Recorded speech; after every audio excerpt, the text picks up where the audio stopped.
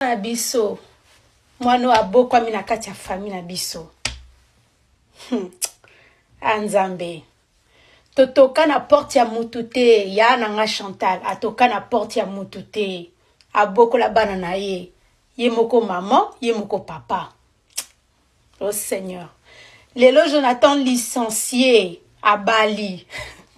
Maman sala ngwana poto batala yote basi ya poto toto boko la bana biso moko mama Jordan ngai ngana ya nanga 3h du matin ngana mema Jonathan 2h ya memi 4h ngana memi Jonathan maman tout ça attache na biso eza coutume eza culture na biso ba congolais. Papa alataka veste, papa ozwaka sapato, papa ozwaka mbongo. Mais nous on a déjà fait notre devoir. Eza biloko bakoko batikeli biso to sani. Mais koboteze elengi siko kobokola.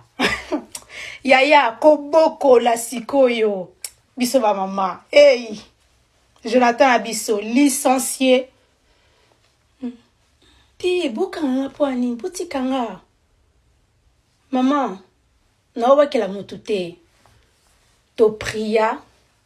Après la situation yana to pria to loba en langue. Mais les lonzamba lobi, c'est fini de parler en langue.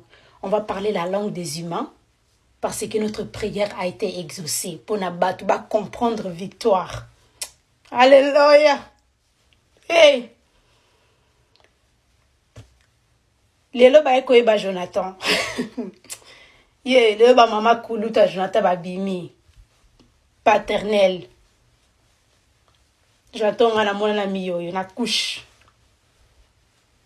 Ezelo te moi naza biso nyonso to kabola c'est comme ça. Ezande ba bouka biso na famille na biso le respect. To pesika famille ba pe respect. Te ya bibiche na ba mabete na ba kila nga pe mutu te. Mutamna sentiment na elelo en tout cas petit nga pardon. Mutamna sentiment na e.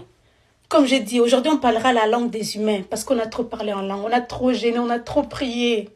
Les lots, il faut pas comprendre que la prière a été exaucée. Alléluia. Moi, na ya Chantal, ye moko maman, ye moko papa. Ya Chantal n'a pas souffrir na bana.